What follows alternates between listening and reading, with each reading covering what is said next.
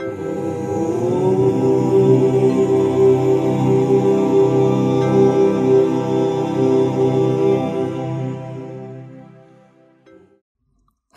পরিচ্ছেদ, প্রয়োজন, end of life, ঈশ্বরকে ভালোবাসা।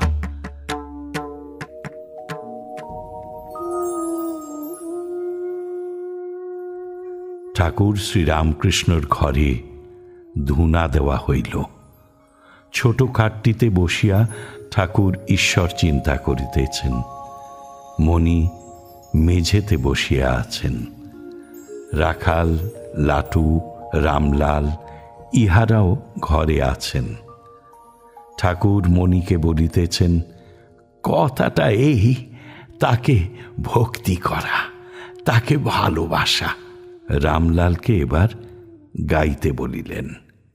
তিনি মধুর কণ্ঠে গাইতেছেন। ঠাকুর এক একটি গান ধরাইয়া দিতেছেন। ঠাকুর বলিলেন, সেই গানটি গাতো। আমি মুক্তি দিতে কাতর নই, আমি মুক্তি দিতে কাতর নই, শুদ্ধা ভক্তি দিতে কাতর হই গো। আমি মুক্তি দিতে কাতর নই, আমার ভক্তি যে বা পায় তারে কে বা পায়, ভক্তি যে বা পায় তারে কে বা পায়, সে যে সেবা পায় হয়ে ত্রিলোক জয়ী। আমি মুক্তি দিতে কাতর নই। শোনো চন্দ্রাবলী ভক্তির কথা কই, মুক্তি মিলে কভু ভক্তি মিলে কই। শোনো চন্দ্রাবলী ভক্তির কথা কই, মুক্তি মিলে কভু ভক্তি মিলে কই।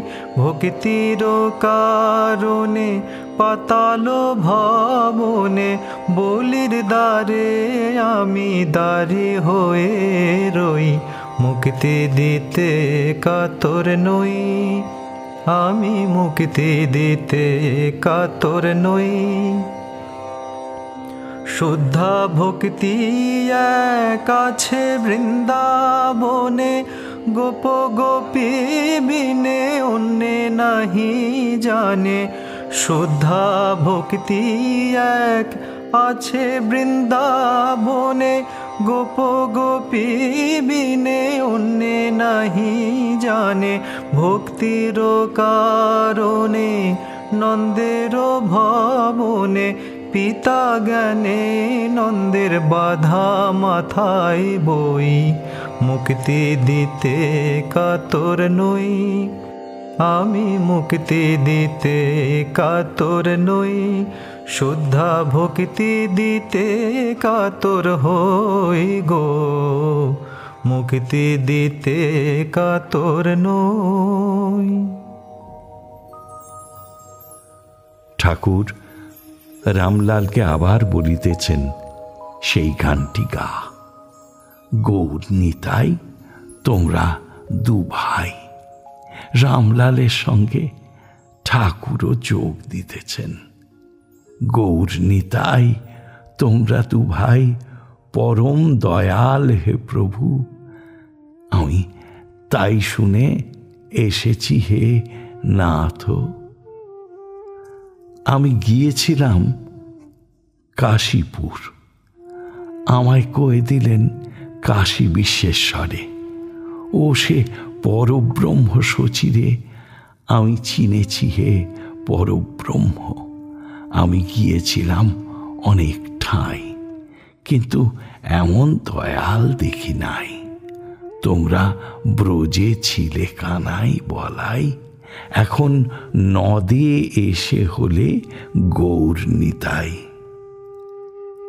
ব্রজের খেলা ছিল দৌড়দৌড়ি, এখন নন্দের খেলা ধুলায় গড়াগড়ি। ছিল ব্রজের খেলা উচ্চরোল, আজ নন্দের খেলা কেবল হরিবোল। তোমার সকল অঙ্গ গেছে ঢাকা, কেবল আছে দুটি নয়ন বাঁকা। তোমার পতিত পাবন নাম শুনে বড় ভরসা পেয়েছি মনে, বড় আশা করে এলাম ধেয়ে, আমায় রাখো চরণ ছায়া দিয়ে। জগাই মাধাই তোরে গেছে প্রভু, সেই ভরসা আমার আছে। তোমরা নাকি আচণ্ডালে দাও কোল, কোল দিয়ে বলো হরি বল। ঠাকুর শ্রীরামকৃষ্ণের ভক্তদের গোপনে সাধনা। নহবতখানার উপরের ঘরে মণি একাকী বসিয়া আছেন। অনেক রাত্রি হইয়াছে। আজ অগ্রহায়ণ পূর্ণিমা। আকাশ, গঙ্গা, কালীবাড়ি, মন্দির শীর্ষ, উদ্যান পথ, পঞ্চবটী চাঁদের আলোতে ভাসিয়াছে। মণি একাকী ঠাকুর শ্রীরামকৃষ্ণকে চিন্তা করিতেছেন। রাত প্রায় ৩টা হইল। তিনি উঠিলেন, উত্তরাশ্ব হইয়া পঞ্চবটীর অভিমুখে যাইতেছেন। ঠাকুর শ্রীরামকৃষ্ণ পঞ্চবটীর কথা বলিয়াছেন, আর নহবতখানা ভালো লাগিতেছে না।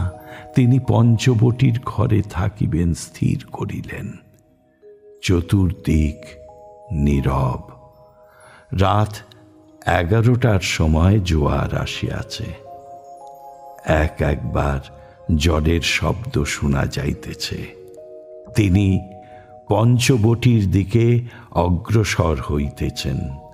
দূর হইতে একটি শব্দ শুনিতে পাইলেন। কে যেন পঞ্চবটীর বৃক্ষমণ্ডপের ভিতর হইতে আর্তনাদ করিয়া ডাকিতেছেন, কোথায় কোথায় দাদা মধুসূদন? আজ পূর্ণিমা। চতুর্দিকে বটবৃক্ষের শাখা প্রশাখার মধ্য দিয়া চাঁদের আলো ফাটিয়া পড়িতেছে। আরো অগ্রসর হইলেন। একটু দূর হইতে দেখিলেন পঞ্চবটী মধ্যে ঠাকুরের একটি ভক্ত বসিয়া আছেন।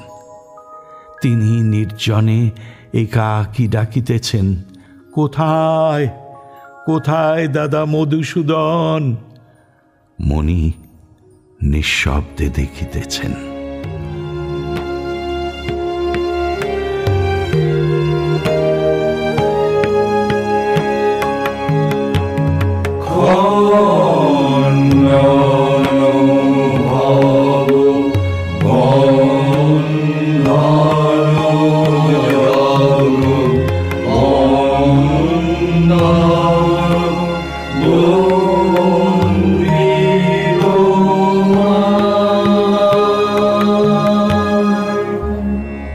ঠাকুর ও মায়ের চরণে আপনাদের সবার মঙ্গল কামনা করি। লাইক করুন, শেয়ার করুন, অন্যকে দেখার সুযোগ করে দিয়ে পুণ্য লাভ করুন। আর সাবস্ক্রাইব করুন, বেল আইকন পুশ করুন, যাতে আমাদের পরের নিবেদনের খবরটি আপনার কাছে পৌঁছয় সবার আগে। অমৃত কথন এই অনুষ্ঠানের আঙিনা থেকে আপনাদের সবার সুখ, শান্তি, সমৃদ্ধি কামনা করে বলি, হরি ওম রামকৃষ্ণ।